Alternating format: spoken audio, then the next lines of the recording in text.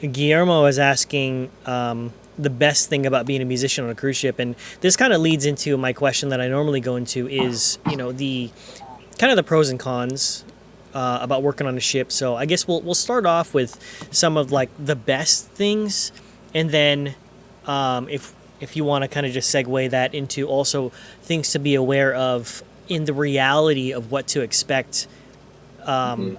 being a crew member in general. So, but we'll start Yeah, off with like some of the things that you really enjoy about working on the cruise ship. the best part, to accurately, I guess, if I can answer the question about being a musician Yeah. on a cruise ship, is you always have a gig.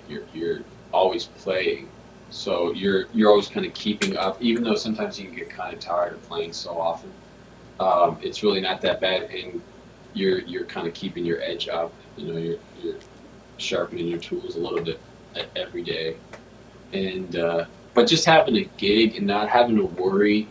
Where on land you have to just do so much hustling and shit to make ends meet, or that's where I used to be at with it anyway. So it was always kind of stressful, and you have to drive around from gig to gig and like lose all your money on that stuff. Where when you're on the ship, you're saving money. That's probably one of the best things. Like a lot of the things that I've been able to get for myself to help me start moving towards getting the things I want in my career I was able to purchase because I could save my money. Where if I was playing as a musician on land, and it would have taken me years to save that money. Yeah.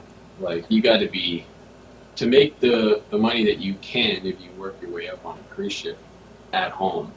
You got to be like not only just slaving away, but you got to run into a bit of success because you're not getting paid much on land. Yeah.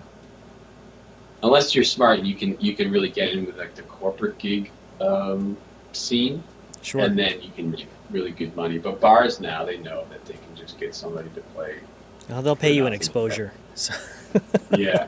So or and try then to and at then the least. obvious one is that you get to see the world. I've personally been to 70 countries, so I mean, and of the 70 countries, I've probably been to each one of them.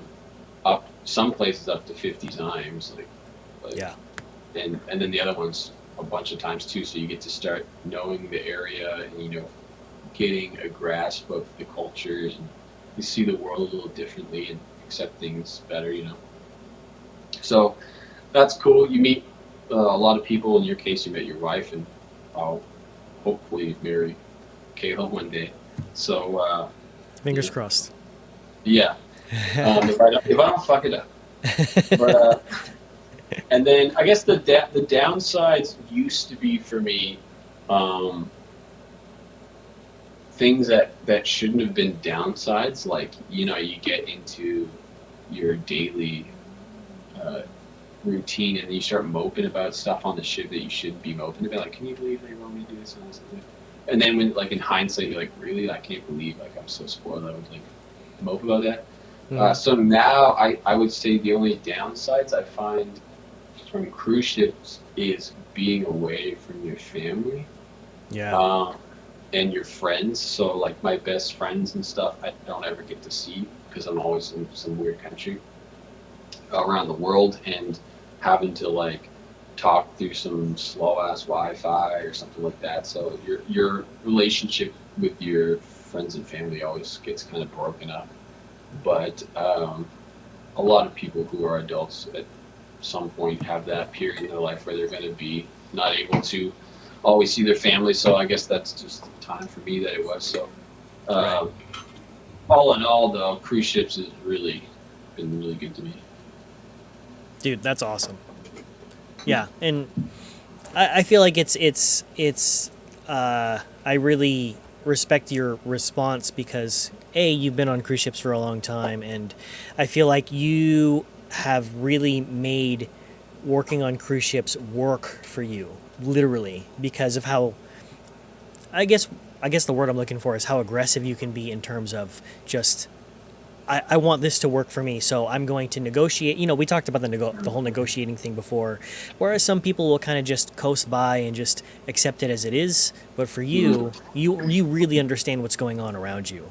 So Well, the thing that happens, I think, on cruise ships, I have seen with performers where they can not be as happy as they could be, which I fell victim to this mentality too, is this subconscious ego of like pursuit, always trying to be in the pursuit of like this stardom or notoriety, and then you're like almost upset with yourself that you're in this cruise ship gig that you might think that people might have a certain connotation to your abilities or skills or whatever, but then when you realize like let's start removing that from the mentality and like enjoy the music and be happy with what you have, and oh, it looks like the internet dropped. Michael was telling me that he's experiencing some thunderstorms and such, so it looks like it froze, unfortunately. I'm gonna keep stalling for another hit 10 or 15 seconds before we find out if he's actually there or not. It doesn't seem like he's coming back, but regardless, oh, there he is. What's up, man? It dropped out. Yeah. But anyway, I can't remember where you left off because I was stalling for about 10, 15 seconds. Hey. The Wi-Fi here is super slow. It's like satellite Wi-Fi. Yeah, well, it's actually been pretty decent for the last hour and a half. More or less, though. It's just like anything in life, you get what you put into something. Yeah. Yeah, I'm actually surprised that the internet has worked as well as it has, because usually it's like dial-up here. Like sometimes we're struggling to even put on a Netflix show. Wow.